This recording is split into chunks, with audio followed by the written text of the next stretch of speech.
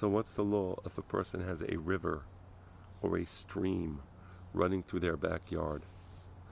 Are you allowed to take water from the stream on Shabbat or water from the river on Shabbat? Let's assume, of course, that the backyard is surrounded by 4 mechisot, meaning it's reshut hayachid. There's no issue here. Everything is surrounded by 4 mechisot, but there is a part where there is an entrance. Let's say, because even when you have 4 mechisot, you can have surat apet, you can have an entrance, right?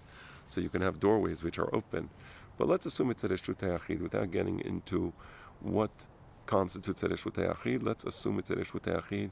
You have an area in the backyard which is open, and through that open area the river flows in, and then you have another open area on the other side, and through that open area the river flows out. Can you take from the river on Shabbat? So lecheora, as your initial reaction would say, well, why not? It's in my backyard, and my backyard is a shutei achid, so I can have from that water on Shabbat. But it's not so simple. Harambam, Ilchot Shabbat, Perek Tetvav, Halacha Yod Aleph deals with exactly that situation. I'm going to read the halacha, and I'm going to explain it. Amat hamayim shehi overet bechaser. So you have a chaser. A chaser was actually, let's assume it's a shutei achid chaser me'urevet. Let's say it's a chaser me'urevet. That's what we'll do. So let's assume it's a chaser me'urevet, so there's no problem with tiltul. Let's consider it a shutei achid. Again, that's why I like the example of the backyard. Although maybe in ancient times it was less common for a person to have his own private backyard. So that's why the chaser is the example brought by Harambam. But nevertheless, can you take water from that river? Im yesh berobha 10 tefachim u'brochbaha 4 o yoter al ken. So, if the river itself is more than 10 tefachim deep, and it's 4 tefachim wide or more, in that case, you may not take water from the river. And memalein mimena b'Shabbat, you may not take from the water of the river. Why not? And the answer is because the river, if it's 10 tefachim deep and at least 4 tefachim wide, at least 10 tefachim deep, it's tofes reshut le'asmo. It becomes its own reshut, right? And since it becomes its own reshut, and a river would generally be considered a karmelit, like a water source, like a yamim, the oceans are considered a karmelit, right? So also a river would be considered a karmelit. So this river is considered a karmelit. Interesting. Why does it have to be 10 tefachim deep? Normally a karmelit doesn't have to be 10 tefachim. In fact, if you have an area that would be a karmelit, but it's 10 tefachim deep or 10 tefachim high, it's not a karmelit, it becomes a shutei achid. So why do we say that this river is a karmelit? If it's 10 tefachim deep, it should be the shutei achid. And the answer is because it's attached to the reshut harabim where it comes from. This is not just, a separate entity. If it was a separate entity, then you would be right. If it's 10 tefachim deep and 4 tefachim wide, it's a karmelit. But it's not a separate entity. I don't know what Chachamim did before there was espresso machines. Getting back to the subject. So, the point is, again, I want to repeat myself. If the river is less than 10 tefachim deep, or less than 4 tefachim wide, then the river that's inside your yard is mitbatel, relative to the yard, and it becomes part of reshutei achid, and therefore you can drink from it. But if, on the other hand, it's more than 10 tefachim deep or greater than 4 tefachim wide, you may not use the water from the river, carry the water from the river to the yard, or vice versa. Why? Why is that? Because the minute it's greater than 10 tefachim or 4 tefachim, a deep depth or width, it's considered not mitpatel to Reshut Achid. It's considered an extension of the original river. And the original river itself is a karamelit, and therefore this river is still a karamelit. It's very interesting. It was a confusing law, because when you see the requirement of 10 tefachim, you say that doesn't make any sense. It shouldn't be 10 tefachim. It should be that if it's 10 tefachim, adrabah, it is Reshut Achid. But the issue here is that it's a continuation of a larger river. And that's why, if it's 10 tefachim deep, it's considered that it's a continuation of the larger river, and therefore it has the same status of Karmelit as the larger river, and you're not allowed to carry from a Karmelit to a Reshut Achid on Shabbat. I just want to correct something, or rather refine the point.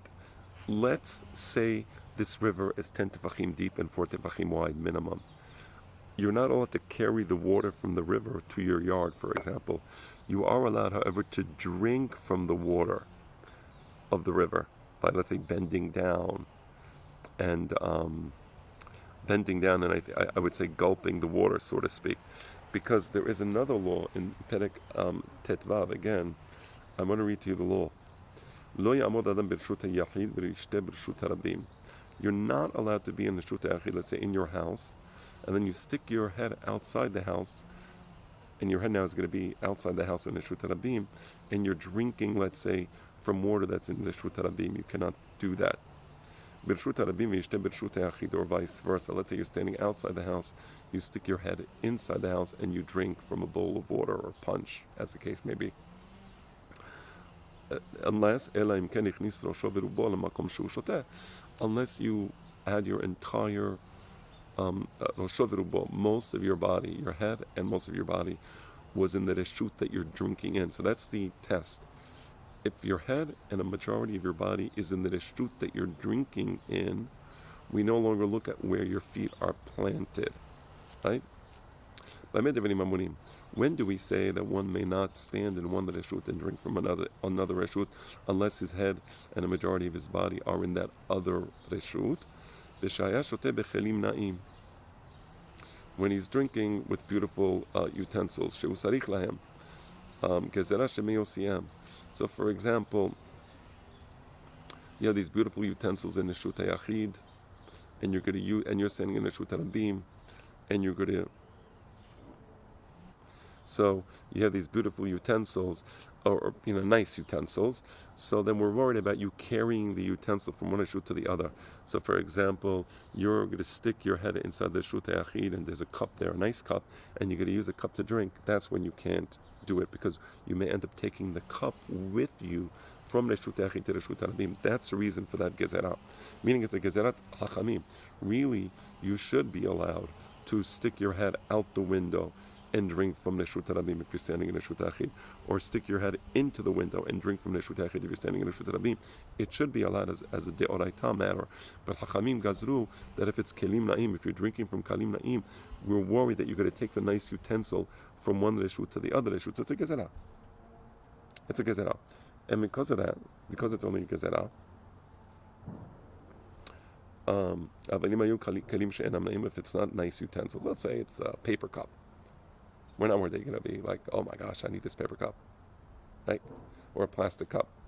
So if it's kelim she'eno sarich lahem, or she'aya habor b'karmelit, or the water is in a karmelit, not in a reshut harabim. אף על פי שהכלים נעים מכניס ראשו בלבד ושותה במקומו. So let's say you're in the Reshut Hayachid and you're sticking your head out to a karmelit, and the water is in the karmelit, then there's no gezerah. You can drink from the water. We don't have that requirement that you extend most of your body out into the karmelit. No, it's allowed. So getting back, I just wanted to refine the point.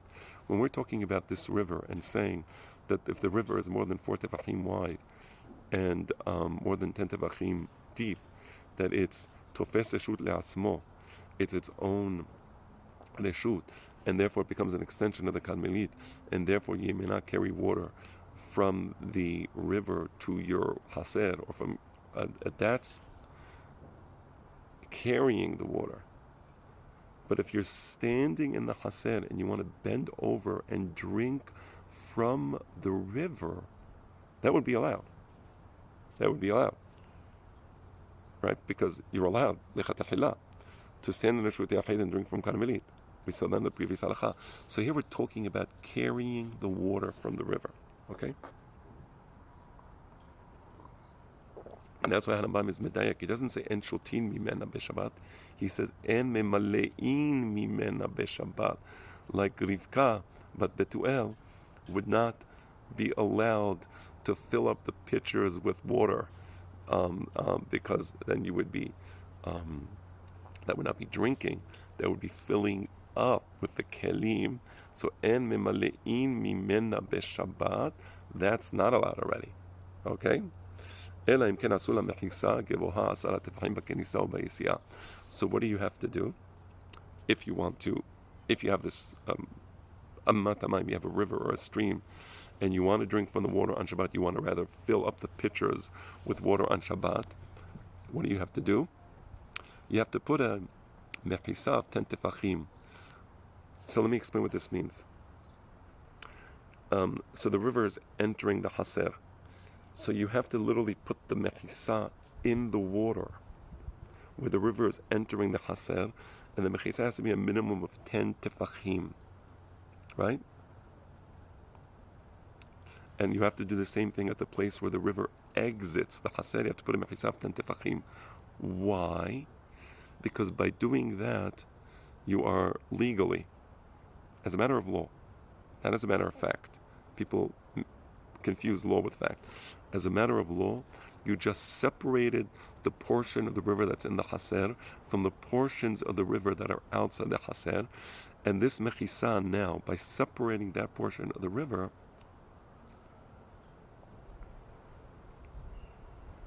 it makes it so that the river becomes part of the Reshut HaYachid, it becomes part of the Haser, right? But as we said, if the river doesn't have the 10 tefachim depth or 4 tefachim width, then you can indeed,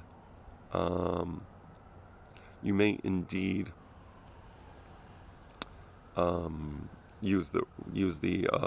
carry the water from the river to the Haser, and there is no restriction, because as we said at this point, the river that's in the Haser is mitbatel legabei Haser.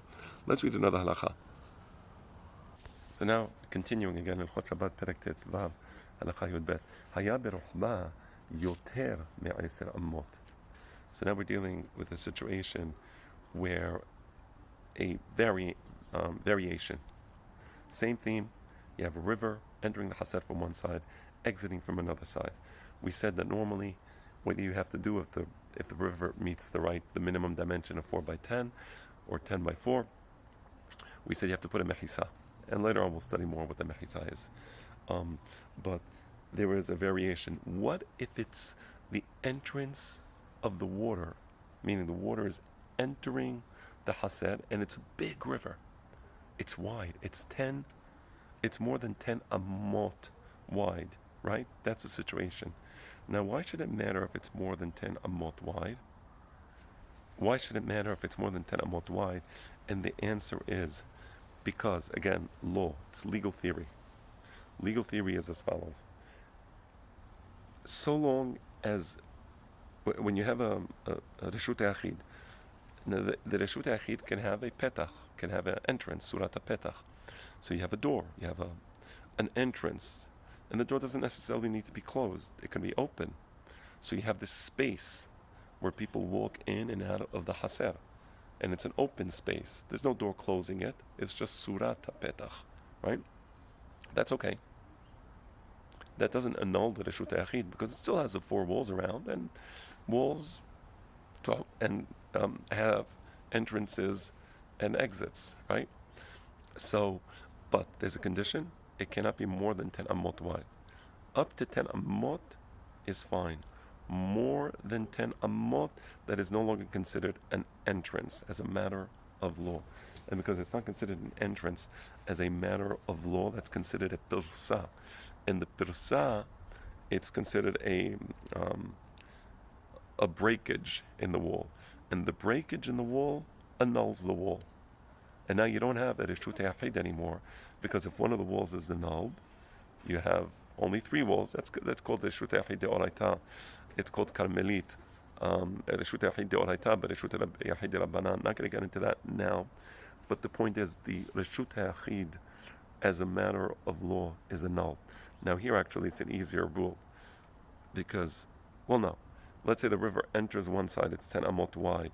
Even if in the other side it's less than 10 amot or less, and that means that the other side, the exit, has a wall. The wall is not annulled, but it's enough that one of the walls is annulled for it to no longer be considered a Reshut Yahid Rabbanan. Okay? So let's continue. Now it's considered Karmelit. It has a law of Karmelit, meaning a place with three walls around it has a law of Karmelit. Okay, that's a Rabbanan law. So let's do that law again. So let's say the river enters. It's a huge river, 10 amot wide, more than 10 amot wide. Even though the river is not 10 tefachim deep,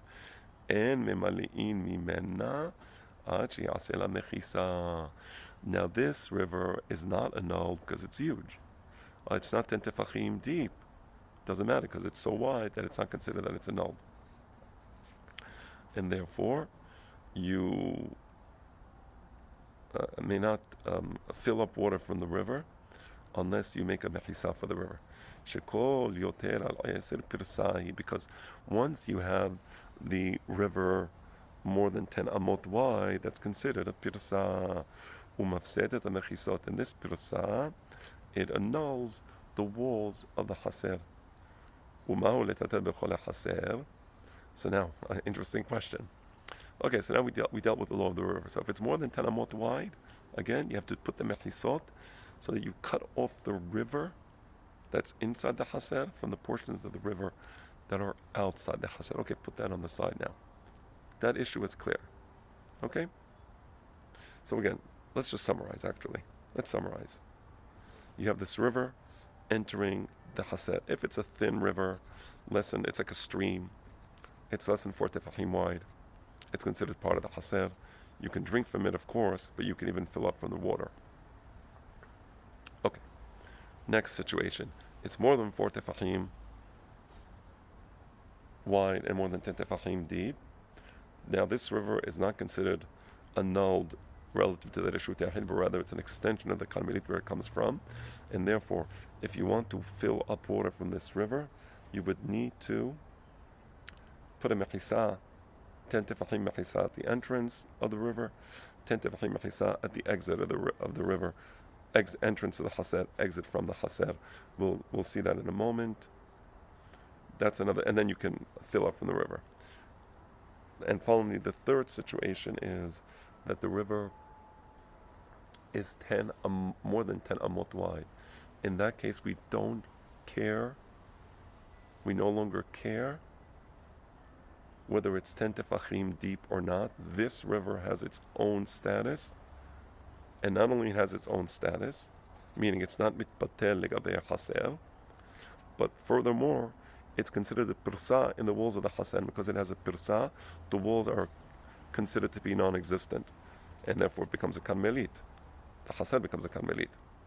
So now what do? You have to put 10 tefachim mechisa at the entrance point of the river, 10 tefachim mechisa at the exit point of the river, and in that way you can now carry from the river to the haser and fill up from the river to the haser. But a more interesting question is, let's say you have this river that enters the haser.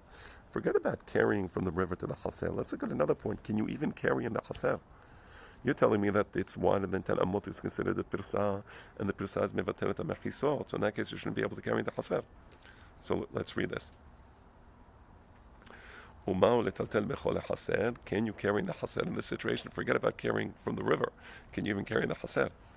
אם נשאר מצד הפרסה פס מכאן ופס מכאן בכל שהוא, או פס לך 4 טווחים ברוח אחת, מותר לטלטל בכל החסר, ואין אסור אלא למלות מן האמה בלבד.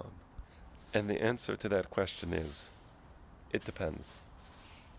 if on either side of the river you have a remnant of the wall, small though it may be, but you have a remnant of the wall on either side of the river, or you have a remnant of the wall only on one side of the river, meaning, again, imagine the river is entering the Haser where there would normally be a wall.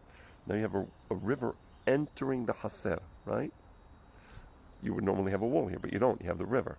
But you still have on either side of the river, you have parts of the wall, right? So the river enters this way, and at a 90-degree angle to the river, you have a wall from this side and a wall from this side, right? So, or alternatively, you only have a wall on one side of the river. Again, 90-degree angle to the river, 90-degree angle to the wall that runs parallel to the river runs parallel to the two walls, right? 90-degree angle to those two walls. You have a pas on one side, pas on the other side, or you have a pas of at least 4 tefachim on one side. Im nish'al misad ha'pirza pas mikan u'pas mikan. B'chol shehu, even if it's minimal size. Or pas rachab arba tefachim miruach achat, or only on one side of the river. You have a wall that's at least 4 tefachim wide. Mutar letaltel b'chol haser. Those pasim, they're matilim the haser, and you may indeed carry in the haser. Ve'en asur ella lemalot min ha'amma bilvad. The prohibition is to fill up from the river. It's not to carry from the haser. Okay, that's important. Why can't you fill up from the river? Because we said the river is, I said amot, and therefore it's considered an extension of the Carmelit where it comes from. It's not mitpatel legabe haser, right? But if there's no pas, then the fact that the river is Eser Amot not only means that the river is not mitpatel legabe haser, and therefore you cannot carry from the river to the haser, but it also means that the entire haser becomes a non-haser. It used to be a reshut ha'achid, now the haser becomes a Carmelit, because the river itself is mevatel et ha'mechisot. So, אבל אם לא נשאר פס כלל, אסור לטאטא בכל החסר. שהרי נפלסה החסר לים שהוא כרמלית. Because what happened is, the haser now is open to the river, or to the lake where the river comes from, or to the ocean where the river comes from. It's not an ocean because it's drinking water we're talking about. So, and that water source itself is a carmelit, and now the haser itself becomes an extension of that water source. The same way the water source is a carmelit, that haser itself becomes a carmelit. And the final law that I wanted to study is halakha yod gimal, again perek tetvav. These are beautiful halachot.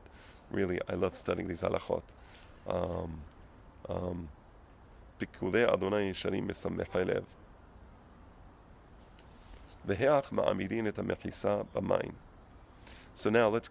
There was a technical detail that we still didn't explain fully. How do you put the mechisa in the water? We said that again, if the river is not mitpatel legabei haser, the solution to that is to put mechisot at the end, one at the entrance, one at the exit of the river. How do you do that? אם הייתה למעלה מן המים, צריך שיהיה טבע מן המחיסה יורד בתוך המים. You don't have to put the entire mechisa inside the water, sealing it off, so to speak. Meaning you're still going to have the river running under the bottom of the mechisa, but you have to have at least one tefach of the mechisa inside the water. By having one tefach of the mechisa inside the water, that cuts off the river, legally speaking, from where it comes from. But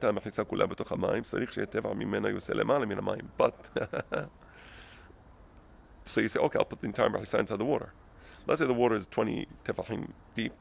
So I'll put a mechisa, 10 tefachim, the entire mechisa will be inside the water. The water will be going above below the mechisa, above the mechisa. The mechisa is there. No. You have to have at least one tefach outside.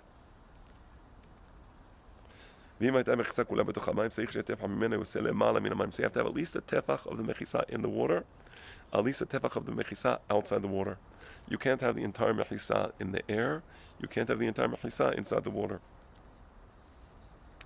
כדי שיהיו המים שבחסר מובדלים.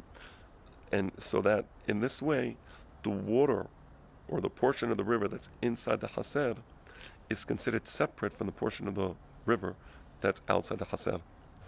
So why do you need part in the water, part in the air? I understand this as a type of heker. That it needs the purpose of this mechisa as a matter of law. Again, we're not talking about metaphysics. As a matter of law, you're trying to legally separate the river inside the chaser from the portions of the river outside the chaser. So as a matter of law, you need to be able to see part of the wall entering the water so that you see it's separating, it's creating a barrier. And if I was in yeshiva now, there would be all these discussions. Is it really a barrier? Why is it a barrier? Doesn't the water go in and out and around? And it's not really a barrier. We have all these discussions, irrelevant as they may be, regarding how this river, how this wall serves as a barrier. The answer is, it's a matter of law. It's not a matter of fact. The Chachamim establish that this mechisa is considered a barrier. Nevertheless, but at the same time, the Chachamim also establish you have to have part of it outside so you can see it, part of it inside so it physically separates the water. And when you have part outside, you can see it, it's okay. And when you have part inside, it physically separates the water. That's considered a mechisa.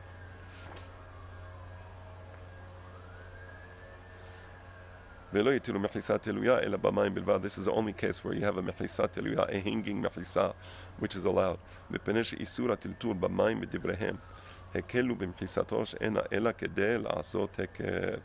whole isur to carry in a water source is considered the karmelit. The whole isur is isur de rabbanan. So Chachamim said it's sufficient to make a mechisa teluya mishum heker. Baruch Adonai le'olam, amen ve'amen.